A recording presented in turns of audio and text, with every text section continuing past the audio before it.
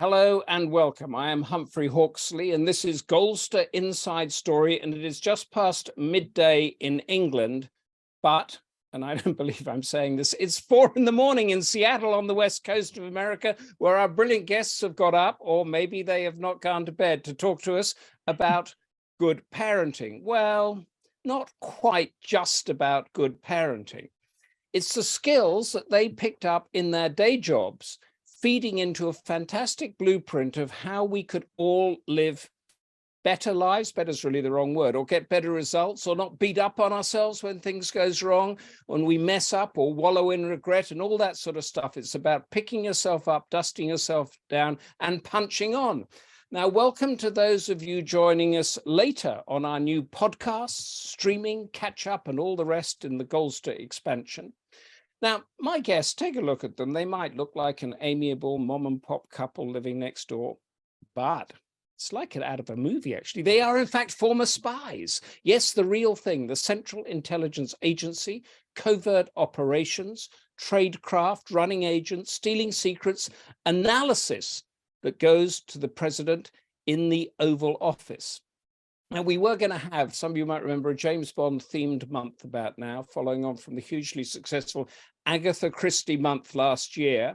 But because of Goldster's expansion, which some of you might be across, we've postponed it. And luckily, too, because my guests have a word to say about James Bond and whether he was a good spy. So without further ado, from Seattle, welcome Christina and Ryan Hillsberg to Goldster Inside Story. Hello, thanks so much for having us. Thank you. And So you're is it absolutely early in right. the morning? Is Oh, it it's early in very the morning or late at night? Yeah, both, a little of both. Now, show us the book, Christina, because I left mine somewhere else. Now, if you bring it up, it's called License to Parent, How My Career as a Spy Helped Me Raise Resourceful and Self-Sufficient Kids. There's a double billing, but Christina gets the big billing. So Ryan, is that okay with you? How does that work? You know, it's perfectly fine. She wrote 99% of the book. You know, my name just got thrown up there.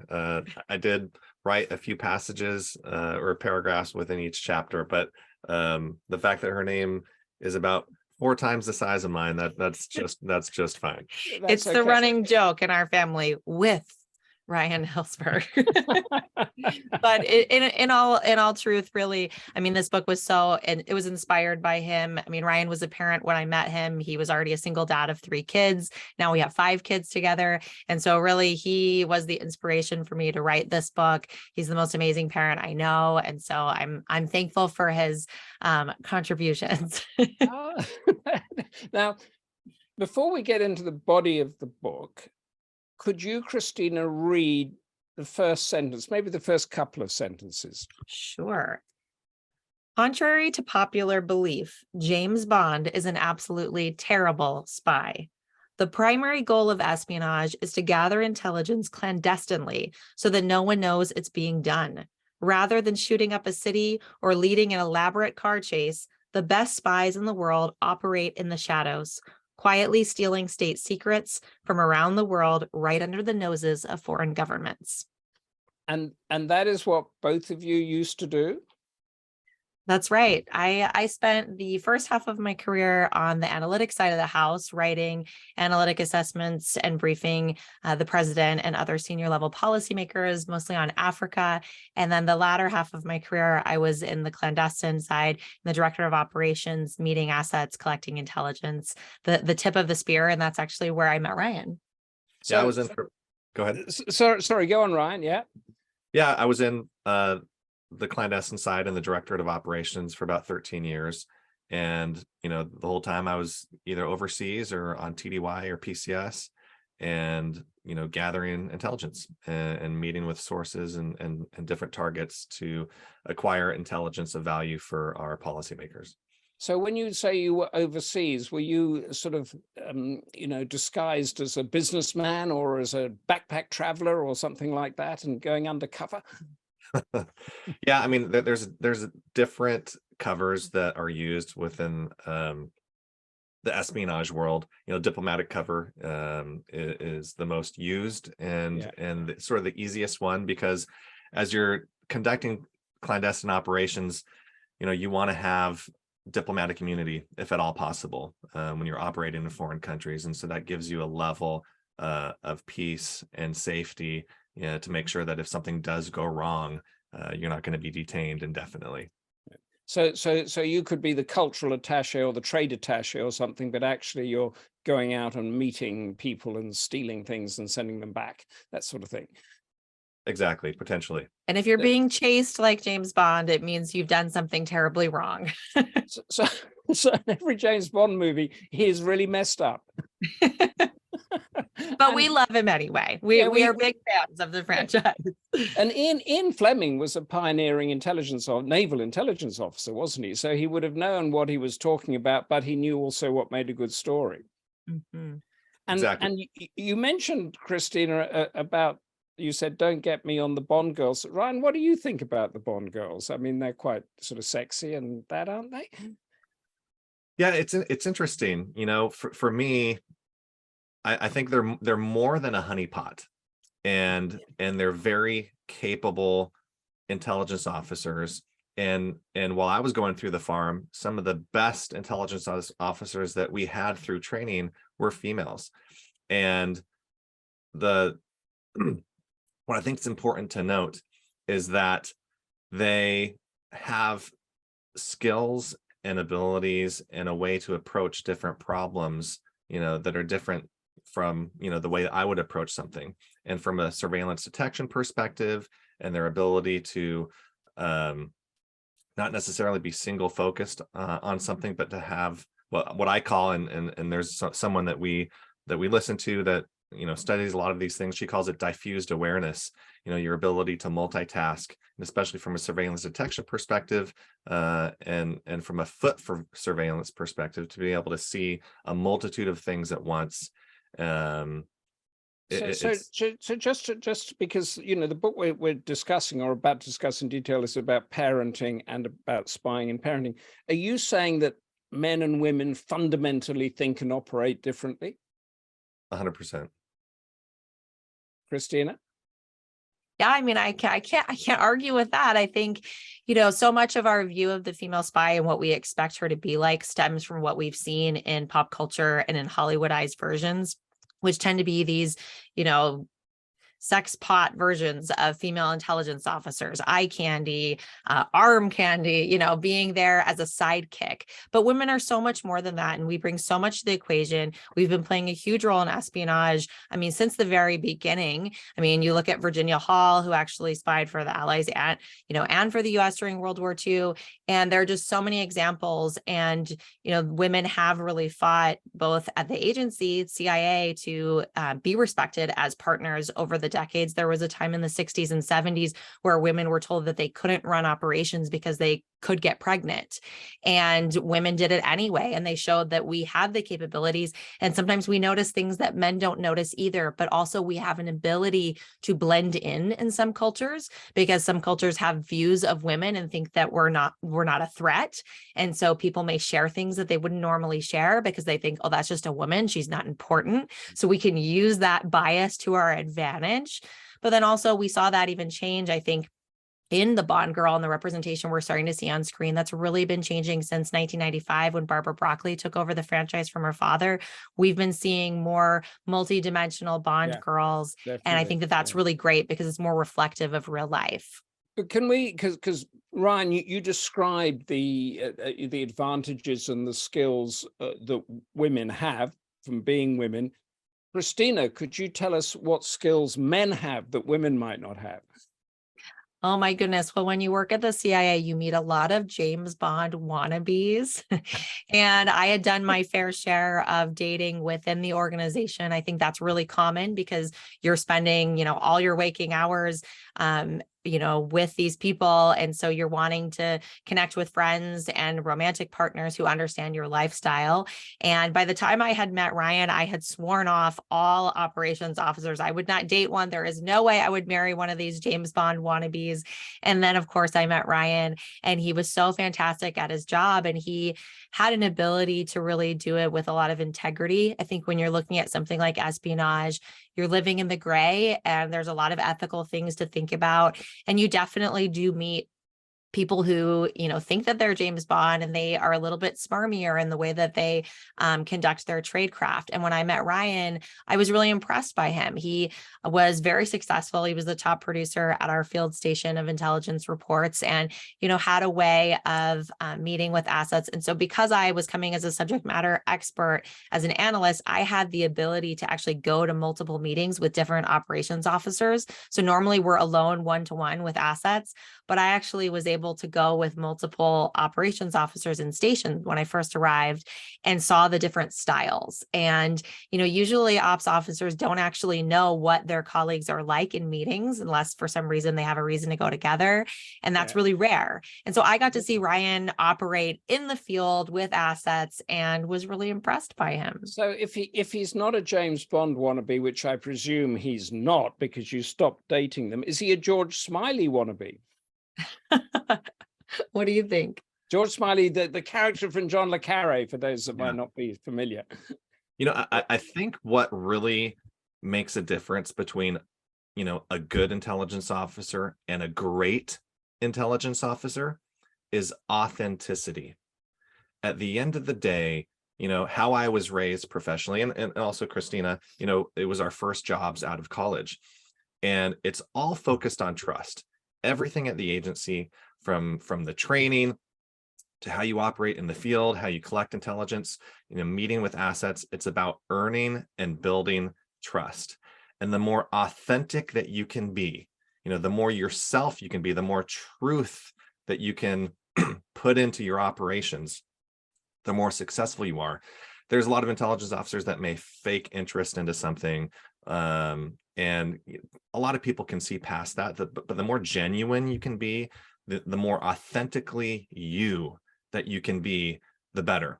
And I think there's something that we've listened to a few times, and this is just an anecdote, but she says that oftentimes the people that fall in love with us are the ones that we're not necessarily attracted to. Oftentimes, we as humans, we tend to go after the nines, we tend to go after the tens, the people that we have to have, the ones that we're so extremely attracted to. And when we go after the nines and the tens, we're never ourselves around them. And, women will twist themselves into pretzels, to please, that man. Men will spend money they don't have, to go after, that lady. Yeah. And the reason why oftentimes, the people that fall in love with us, we're not necessarily, attracted to or interested in. Are we hearing this? Is my husband saying I'm not a 9 or a 10? Is that what's going on here? I'm hearing it. I'm not interrupting. I'm saying generally speaking, the reason they do is because you are yourself around them. And when you are your genuine, authentic self, that is when you are the most attractive to other people. Oh, he brought it full circle, folks. We're okay. Yeah. I'll keep him around. Whatever that hole was that he was digging himself into, he got out. He came right out.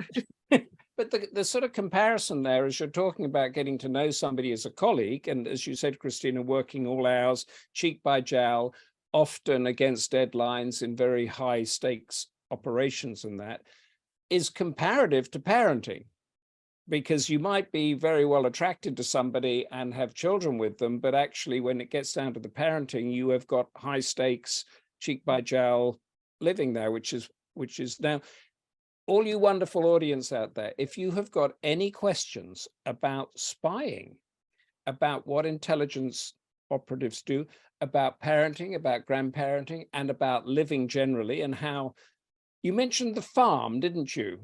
Tell us what the farm is before we move on to the book.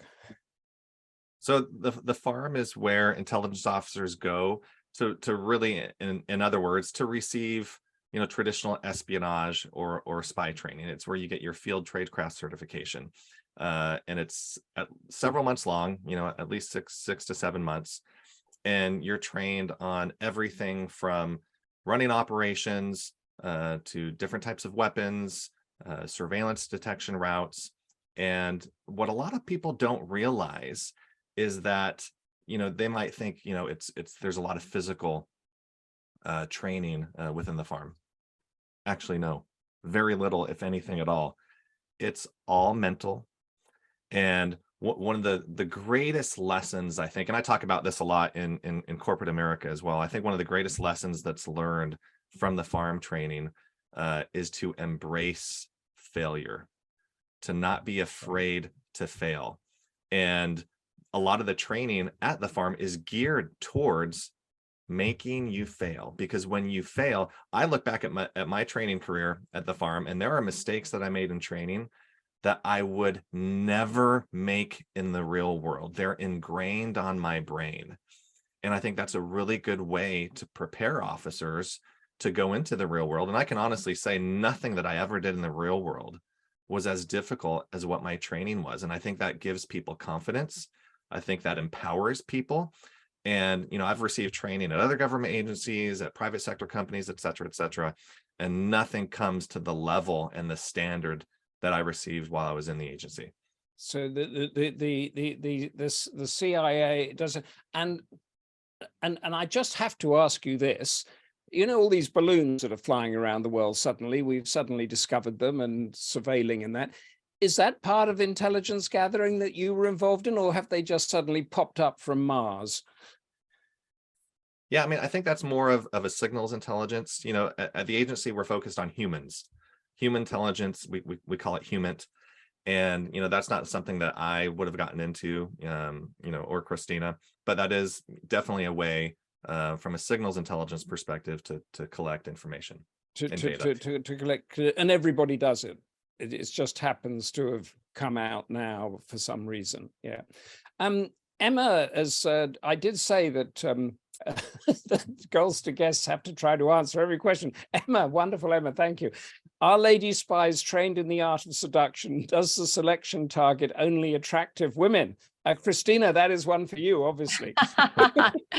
No, we are not trained in the art of seduction, but I can imagine why you're asking that. And I think a lot of that stems from, what we've seen and the depictions of espionage and women. And, in the same way that we're not trained to use seduction to elicit information or recruit assets, we also don't blackmail people like you see in espionage films. And so we really are looking at their motivations, their vulnerabilities. We're creating relationships of trust and developing them as a source to then get them to agree to, commit treason on our behalf, no big deal. But there has to be a lot of trust there. And so actually, yeah, sex, is not part of the equation for the CIA. Now, I'm not saying other intelligence agencies don't use those kind of methods, but that's not one that we use. And it's funny you ask about this, do they target only attractive women? You should never, a lesson I've learned is you should never read comments after you do any sort of event like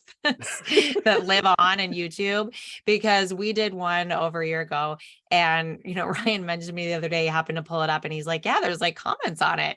And he didn't tell me to read them. And I said, are they good or bad? He's like, oh, they're mostly good. So of course, what did I do? I immediately went and someone made a comment and, it was something along the lines of, I was obviously, because I had said I didn't know how my clearance process had gone so quickly. Well, it was because I was only 21 years old. I hadn't really lived much life. I had only been overseas one time. I hadn't committed any crimes. I got cleared pretty quickly. But, someone had made the comment, well, that the reason I had gotten in so quickly was because of my appearance. And I was just so mind blown by that people still would think that way. But I think it just stems from, what we've seen in representation and, it's a reality, but the lesson learned is don't read comments about what people say. So just to sum up Emma's question, no sex and seduction taught at the farm, and no blackmail either. You can't leverage, and there's a difference between blackmail and sort of coercive persuasion, isn't there? There's a sort of fine line between that. But Geeta says, I guess this is to Ryan, because you meant, what type of mistakes did you make at the farm?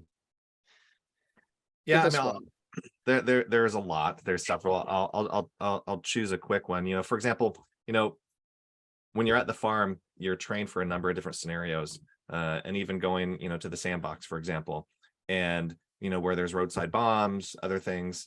And there was an exercise where before you left the compound, you number one rule when you get in your car you lock the door. Hands down, you lock your car doors when you get in your car before you start driving. And this was just driven, into our heads.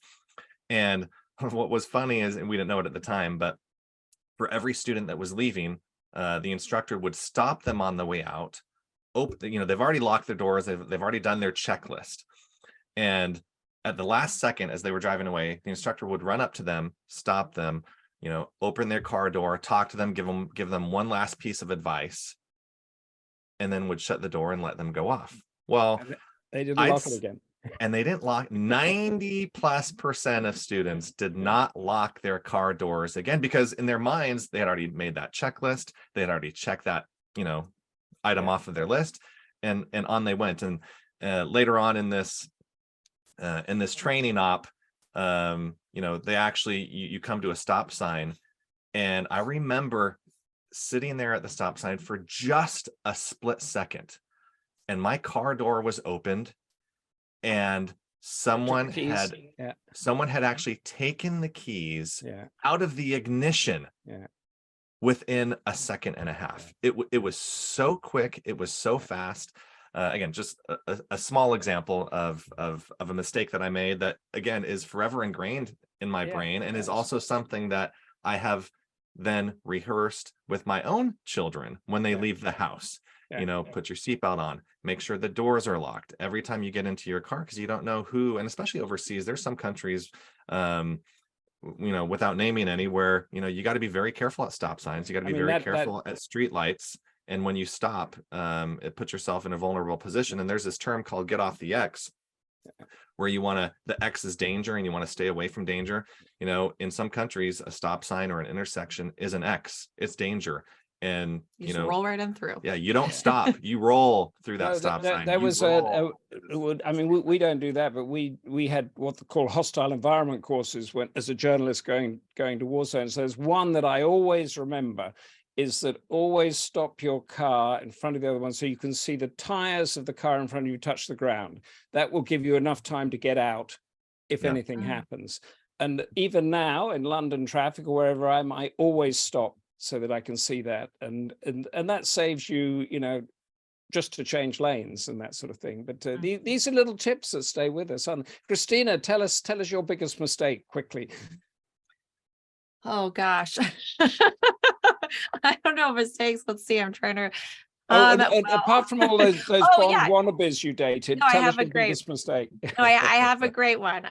When I was going through surveillance detection training, you basically have to make a call at the end. And so this is the training that we do to identify surveillance if you have a team on you. And the idea is that you're doing this route, that it's pre-planned, and you've memorized, all of your cover stops. So places that you're going to stop along the way to hopefully draw in surveillance so that you can identify them. But you don't want them to know that you identify them, right? Because you want them, the idea being, if you're actually in a foreign country, about to run an operation, you're confirming that no one's following you. And you want to look like you're running normal errands so that if they are following you, you just abort your operation and you don't go meet with your asset. And so we go through this training. It was actually the second to last exercise. And at the end of the training, you have to make a call. You're going to go one direction if it means you have no surveillance, or you're going to turn and go a different direction if you do, or vice versa. And then you're telling your instructors, yes, I had friends, or no, I didn't have friends. And I made the wrong call. I still remember exactly where the route was. And I just remember second guessing myself. And I was so nervous and self-conscious, and just thinking this wasn't a good route. They must be there and I just don't see them. And I didn't trust myself. That was the main issue. I did not trust myself that I had planned a route. And if I would have stopped to think, I could have even turned around, because there was no one there. It was dark at night. There was literally no one on me. But because I didn't trust myself and my ability to make that call, I decided to play it safe. And I did what we called ghost, because I thought, well, in the real world, if I don't know 100%, it's better to call off an operation than to go meet an asset and have someone with you. And so I thought I was making the safe call, but I did fail and that exercise. And so the next day in class, like Ryan said, they do use failure as a teaching tool. So and they plan on at least one student failing. that exercise. And so it was me and another student, and we were the example that day. And so it's very humbling because they share, this is what Christina did wrong. What did she do wrong? What could you do differently? And it is a little embarrassing, but you learn and it's ingrained on your brain. And I still remember Ryan and I were dating at the time. And I remember being pulled over the side of the road and calling him and just crying and saying, my final exercise is tomorrow. If I make the wrong call again, like I'm not going to get my certification. And, knowing that he's already been through this, he's so great at surveillance detection. And so he talked me through it. And thankfully the next day I spotted my surveillance rather easily and passed. And, but I learned to trust myself and to, Ryan helped you deal with that failure. I mean, he said, I've messed up as well. So just keep going. Yeah. I want to, Geeta's got a question, and Emma's got a question that takes us right into the book. But Geeta says, were you approached at college to join? How did you get into it? Ryan? Yeah, I applied my junior year of college.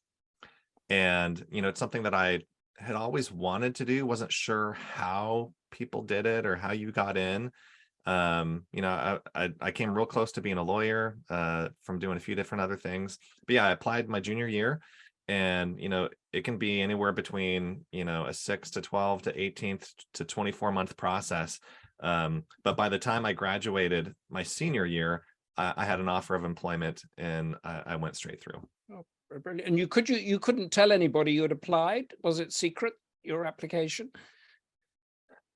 Not supposed to. You're not supposed to. I mean, especially before you get in, or at least if you're like a new officer, you're so afraid about protecting your cover, And what I learned later on in my career, and this was at a recruitment conference, and one of the best stories someone had told me was that, they were talking about recruiting and cover, and they were at a diplomatic reception overseas, and they were approached by someone who introduced themselves, as affiliated with law enforcement, and they introduced themselves, as a diplomat, and they started talking and getting to know each other a little bit more. And the law enforcement officer said, well, I'm kind of a police officer.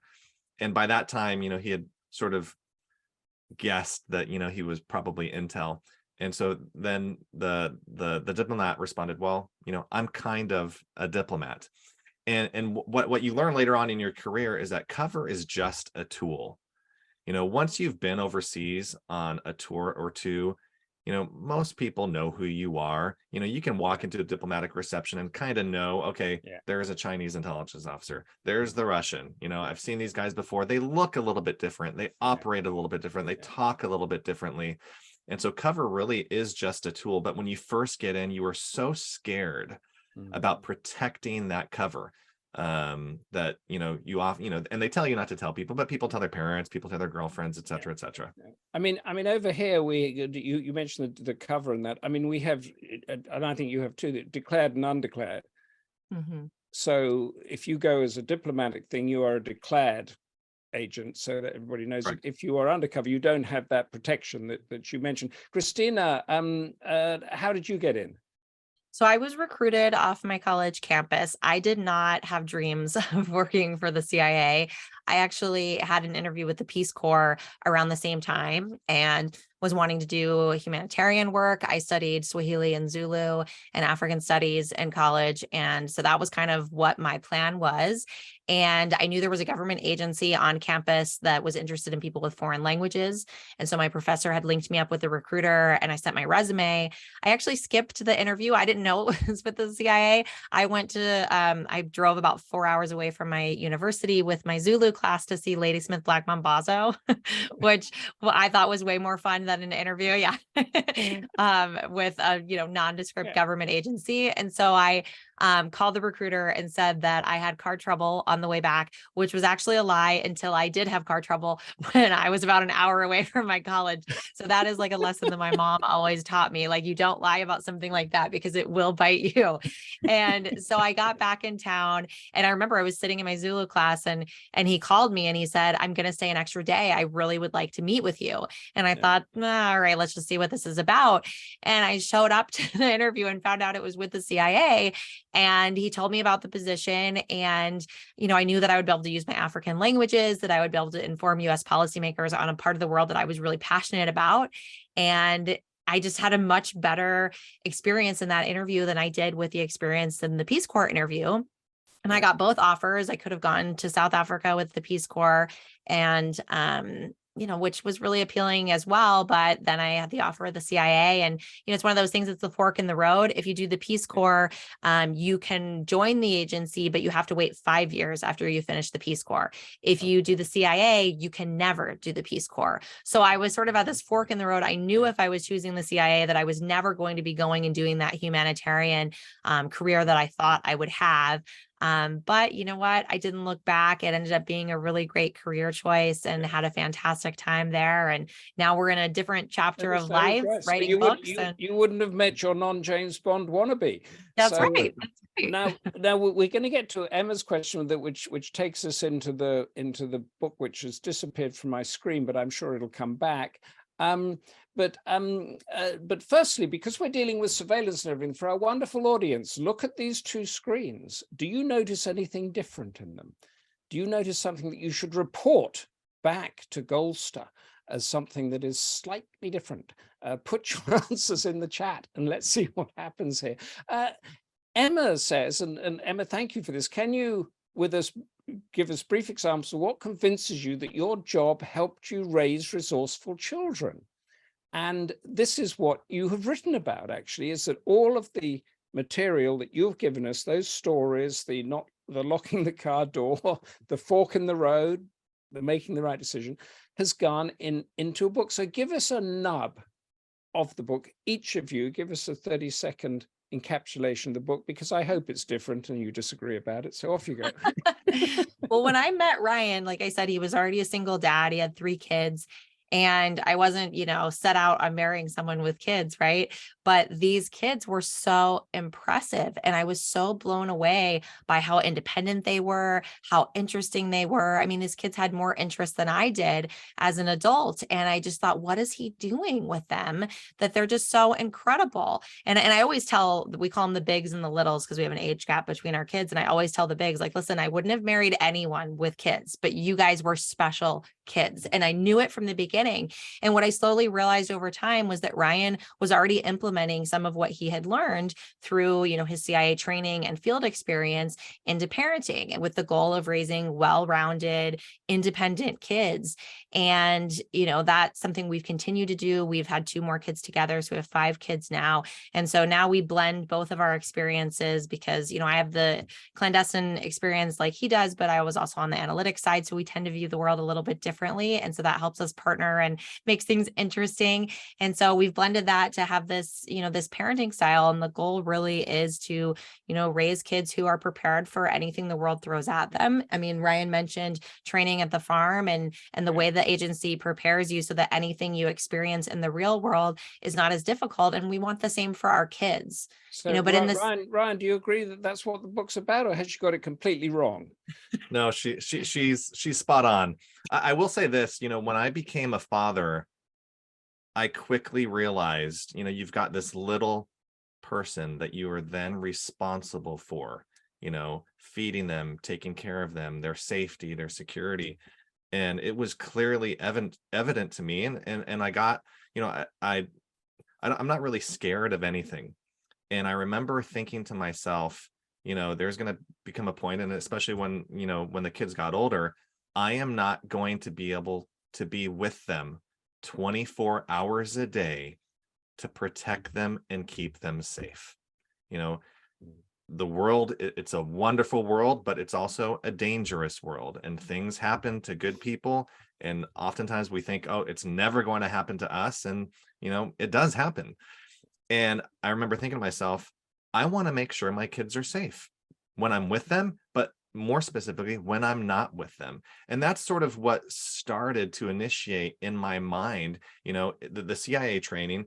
If that's good enough to help and protect me, no matter where I'm at, no matter what I'm doing, whether I'm on the job or not, I want to impart some of those same skills to my kids to give me more peace of mind and confidence that they're going to be okay even when I'm not with them. And how Especially from old were they when Christina entered their lives? Were they grown up or 6, 7, 6, 6, 8, 7. Yeah. yeah, 6, they're 8. very, 7. very formative age, wasn't? I see, the book to me is divided into two bits, and then a cracking bit at the end, which I'm going to come to towards the end of this. But there's the keeping the safe bit, which I want to get to in a moment. But there's also the sort of merging with the world bit, the how to find common ground, how to communicate, how to persuade others of your way of thinking, how to make good choices, like that fork in the road thing. Christina, encapsulate that for us, what you're actually telling your readers there. Sure. Well, there's this principle that we talk about in the book, and it's called you, me, same, same. And it's something that we learn in CIA training, and it's about building connection with other people. And so, I mean, obviously in espionage, the ultimate goal is to convince them to have a clandestine relationship and provide intelligence for the US government. So you're wanting that person to trust you. And a great way to do that is to form a bond over shared interests and to develop that rapport. But if you want to be able to do that in an authentic way, like Ryan was talking about, you need to be an interesting and well-rounded person yourself. And so that's something that we really want to do for our kids so that they can connect with people from all over the world and different cultures and different viewpoints. And, ways to do that is to make sure that we expose our kids to a variety of interests and teach them a variety of skills. And that's something even as adults, we really, we can do. And that's the thing. I think a lot of these things we talk about in the book aren't just for parents. I mean, it's regardless of parenting status. I mean, these are things, that we can all do. And we're never too old to pick up new interests. And that's one of the ways that we model it for our kids is, showing them that even, us as their parents, we will try new things at our age, and we model failure if we try things like I tried surfing behind our boat, and they saw me fail over and over and over again. And, we're modeling getting back up when we fail, quite literally in that situation. But we're also showing them that we're trying new things, and it doesn't matter if we're a rock star or a failure, we can fall somewhere in between. I mean, one of the elements that I think affects everybody in life, but possibly as you do get older, you might get less motivated. If you walk into a room full of strangers and you don't know anybody, you just know one person, and something inside you wants you to run away, and that everybody knows that you shouldn't be there, and you just want to get out and go back home, watch TV or something. Give us an idea, whichever one of you wants to answer this, of how you talk about communicating and getting to know and building trust. How would you do that? That's actually something that's taught and trained at the agency. Oftentimes you're attending diplomatic events. You need to wine and dine. You need to be able to talk and communicate with people. And again, I think it goes back to what Christina was saying about you, me, same, same. The more well-rounded you are, the more things that you've tried, the more topics that you're able to converse about, the more likely it is that you are going to find a touch point with someone that you're talking to that then connects, the two of you. I actually was having this conversation with my son and his best friend last night. I took them to dinner.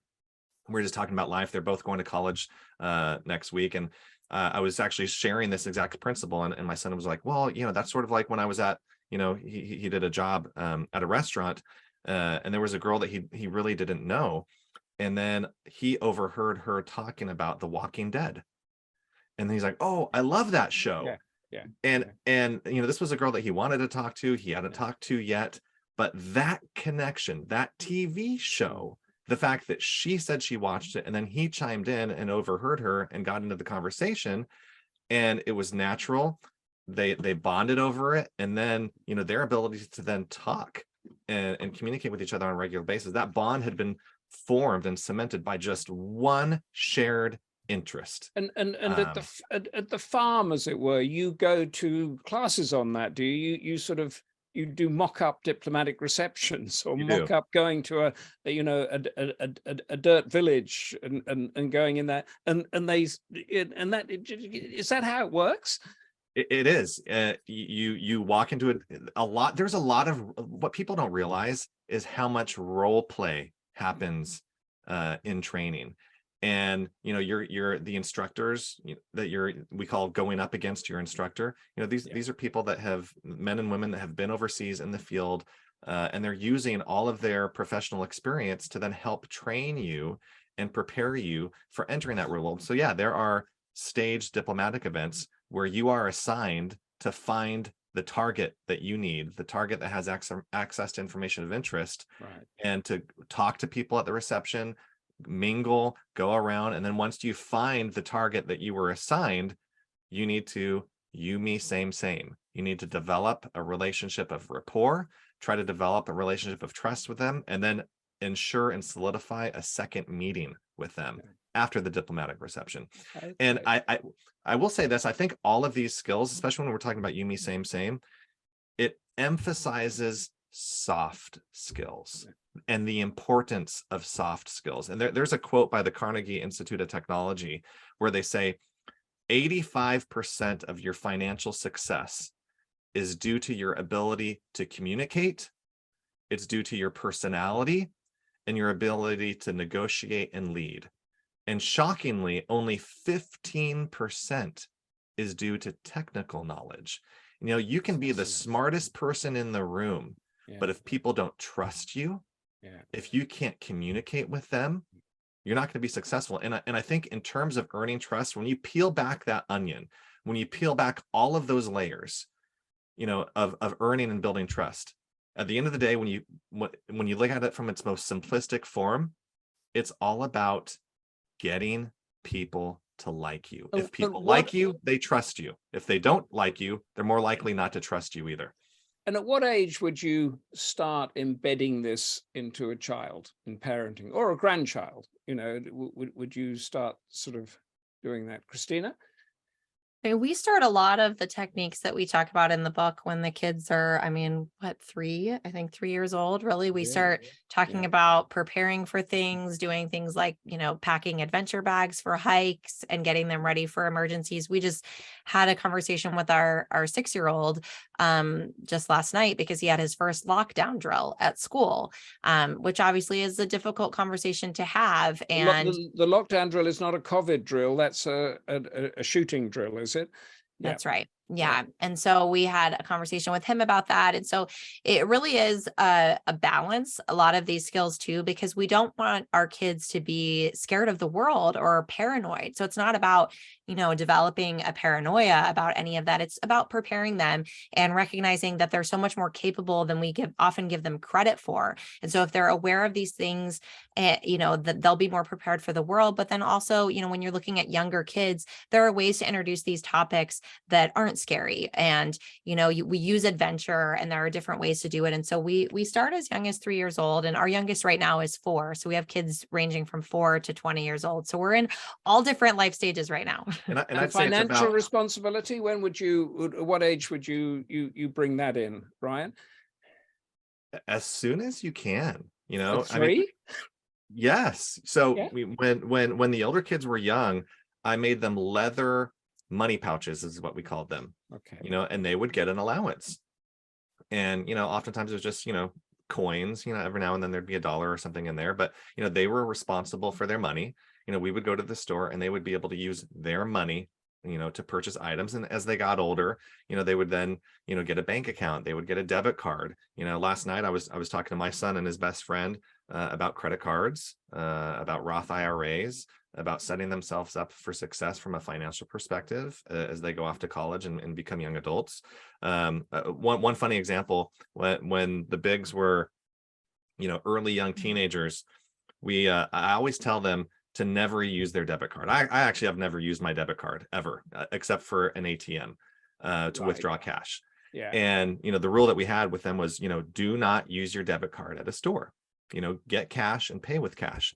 And we were at Leavenworth. It's a German town, German themed inspired town here in Washington State. And we were there getting Christmas gifts for each other and just having a fun day. And this was planned. So we got there and we told the kids, listen, we don't have time to go to the ATM today. So just use your debit cards in the stores, but keep track of, you know, what you're spending. You guys only have this much amount. And so we let them loose. Freedom, independence. They did Christmas shopping, getting Christmas ornaments and little gifts for everybody. And so, you know, we rendezvoused later, and, you know, we asked each of them, the 3 older kids, you know, what did you get? how much did you spend? And, all of them, they're like, oh, I think I spent, $20 or, or $25. And then we pulled up, the Bank of America account for each of them. And what they thought was just $25 that they spent was actually $50 or more that they had And spent. they were responsible for that, were they? You're not And going they to, were. you're not going to And come this- in behind and fill that red check out. There's a, Yeah, they made all the purchases on their own. And I think it was a really good lesson for them, because they realized, oftentimes when we have a card, you swipe it and go. Yeah. And oftentimes you don't really know the true costs or the totals of what you're using when you're swiping and using a card as opposed to cash. And so that was just one, they were shocked. They could not believe how much money they had spent. They were actually a little bit sick to their stomachs, because they had spent almost double of what they planned. And now you just bleep it. I think we're slightly ahead here, but you just sort of tap it in and it goes through. And during COVID, of course, we all use credit cards and no cash. And now, my bill, I must get some tips from you guys, because my bill's like this and I never know what most of it's spent on. We have to give I'll get the definition of what we're doing here, because it's not exactly surveillance. Gita and Brioni recognize that this is put backwards in our great spy detection test. But what is that? Checking out what's unusual in a room. That's not surveillance, is it? That is something. Is that got a different name? I think that's just being aware of your surroundings. Situationally aware, is it? Of that sort of, and on you the sort of making relationships. So one tip that I give to people who ask is always ask the follow-up question about the person you're with. I don't know whether, because quite often you say, how are you? I'm fine. How are you? Where are you from? And that's it. And then one person starts talking about themselves, but actually you want to say, hey, what's your favorite movie? Or do you like The Walking Dead or whatever it is? And then I presume, Ryan, after you've met and found The Walking Dead in the diplomatic reception as a common ground, the appointment you make is not about what you really want to talk about. It's about, let's catch up and have a coffee and discuss The Walking Dead. Yeah, we call it the hook. That's the hook, is it? What's the hook to get your target to meet with you again, either for lunch or for dinner, the next day or the next week in town, to meet for coffee? What's that hook? Maybe it's The Walking Dead, maybe it's something else, but you want to find that hook, solidify it, and then what we call get to that second meeting. The hook and the second meeting, and then hopefully it's going to. The book, as I think I mentioned, was you had the sort of getting out into the world and enjoying yourself, and then there's that security thing, which we all have to live with airports and goodness knows what at the moment. But how do you do that balance? You've talked a lot about, I'm looking here, how do you defend yourselves? How do you spot danger and that sort of thing? How do you balance between telling a child how to look after themselves and not deterring them from going out and climbing the tree and mixing with somebody that they might not like and all the rest of it? Christina. Well, I think it's a fine balance. And one of the biggest ways we can do that is by giving our kids the chance to try these things while they're with us, so that if they do make mistakes, it's while they're at home living with us, so that we can guide them along the way. If we try to keep our kids in a bubble and not expose them to anything, when they are off on their own, they're going to be trying things for the first time and without any training or preparation.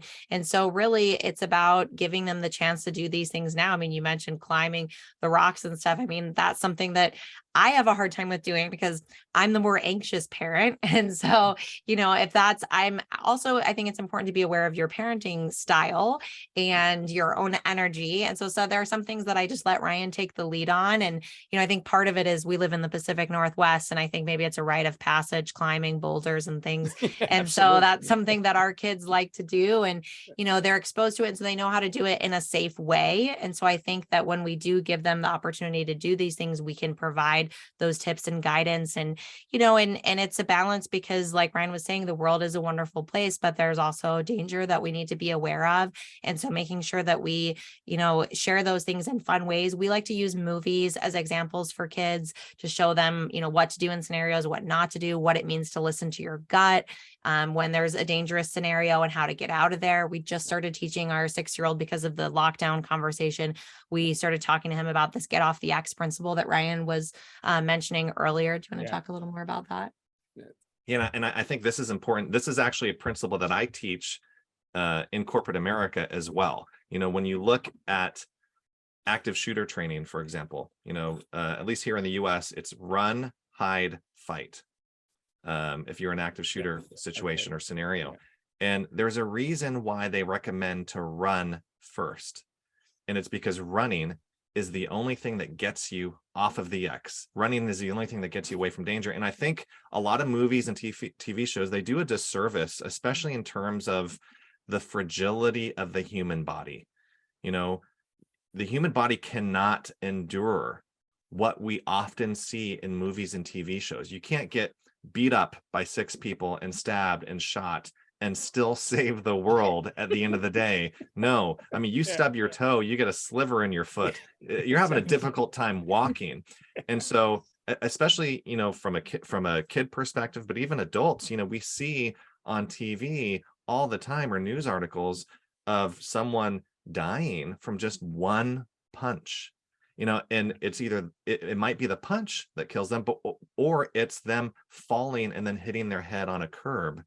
And just the fragility of the human body, understanding that, and 2 people against 1, 3 people against 1, it's not realistic. You can take the best MMA fighter in the world at 150 pounds and put them up against an average MMA fighter at 200 pounds.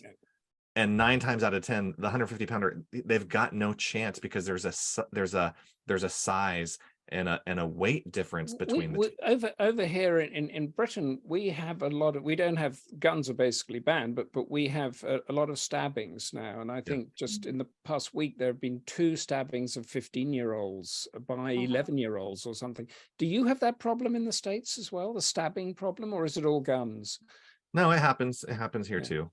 For sure. And I think the most important lesson and takeaway here, whether it's for kids or parents or grandparents, is it's this idea to get off the X. And again, the X, when we say get off the X means danger. Right. And you want to get away from danger as fast as you can. And the longer that you stay on the X, the longer that you stay where the danger is, the more likely it is that you will be harmed. And so, having our kids understand, even, reminding ourselves, oftentimes when there's a dangerous situation unfolding around you, most people have a tendency to freeze.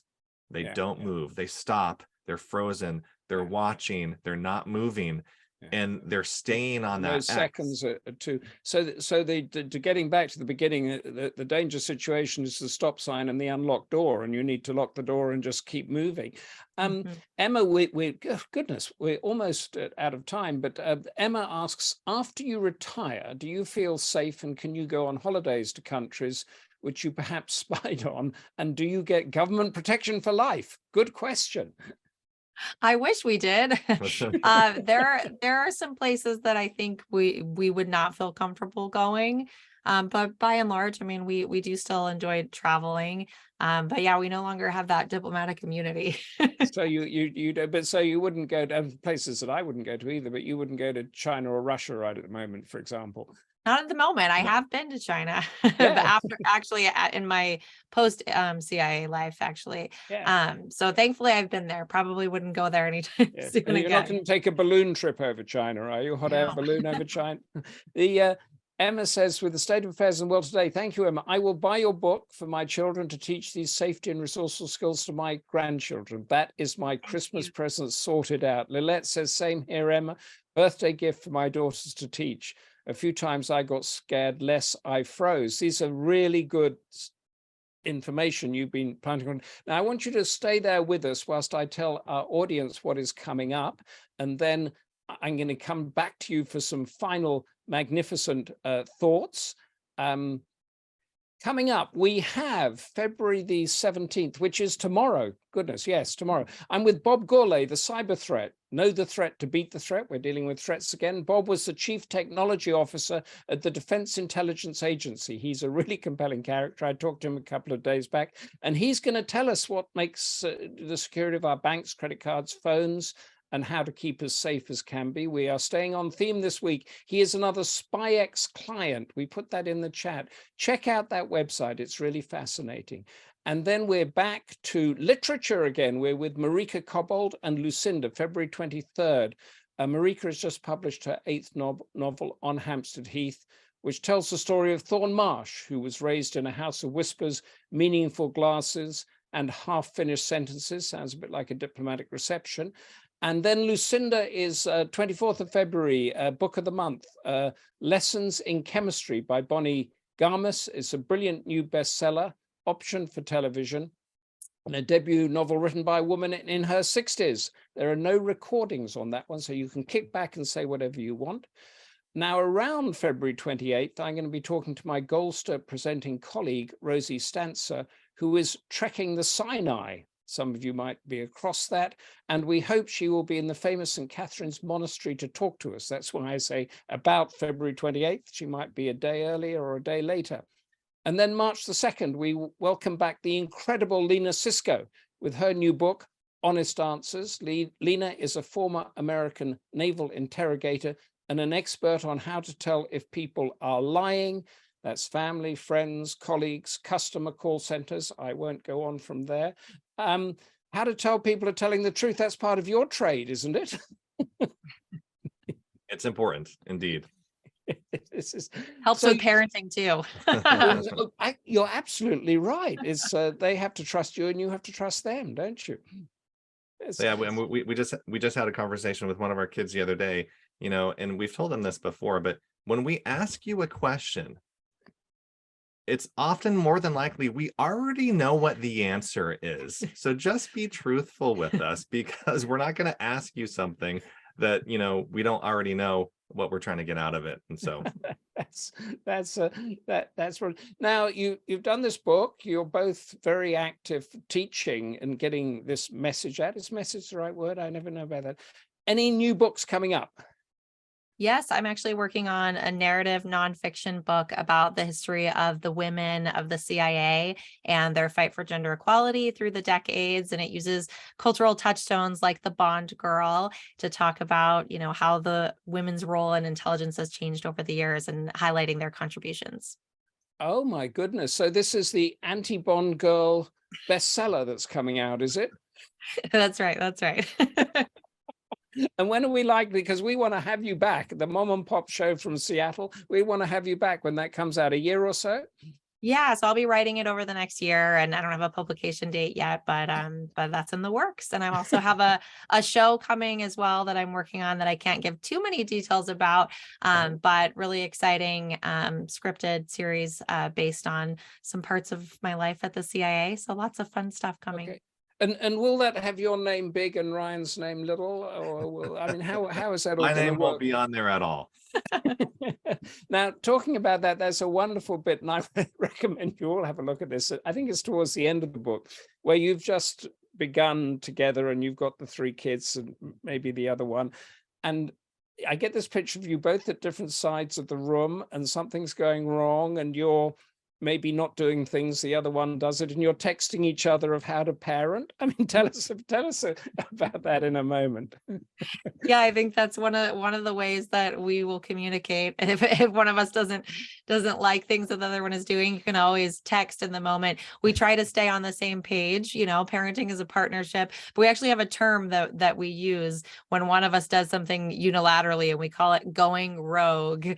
And it's something that it's almost like a code word, because we can invoke it then later in a conversation and acknowledge like, okay, I went rogue. And then the next thing is usually, I'm sorry, acknowledgement, because we like to be on the same page as parents. But, we sometimes see things differently. And I think that that's a good thing for our kids. And like you were saying, it's a partnership, and you want someone that you can go through these hard things in life with, because there's so much.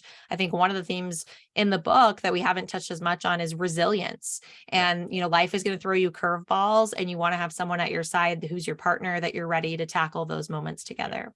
I really recommend that passage. And when you're working in operation together as spies, is it going rogue? If you disagree, what's the term for that? Yeah, I don't know. I guess it could be. Oh my goodness, we are over time, but I'm going to go a little over time now, because Goldster, I think, as you know, is actually for the over 50s mainly, and getting out there, keeping safe, enjoying the world. What would your message be to our wonderful audience on how to do that? I would say try something new. Like we were saying about, in the spirit of Yumi, same, sign up for a cooking class, sign up for a language class. There are so many. I think one of the wonderful things that came from the pandemic is our access to, learning and doing things even remotely and, right on our computer screen if we want to be exposed to a different part of the world or learn a new skill, no matter what our age is. So I would encourage you after this, think about what is something you've always wanted to do and you haven't tried it. You don't have to be perfect at it. Try and find something new to sign up for.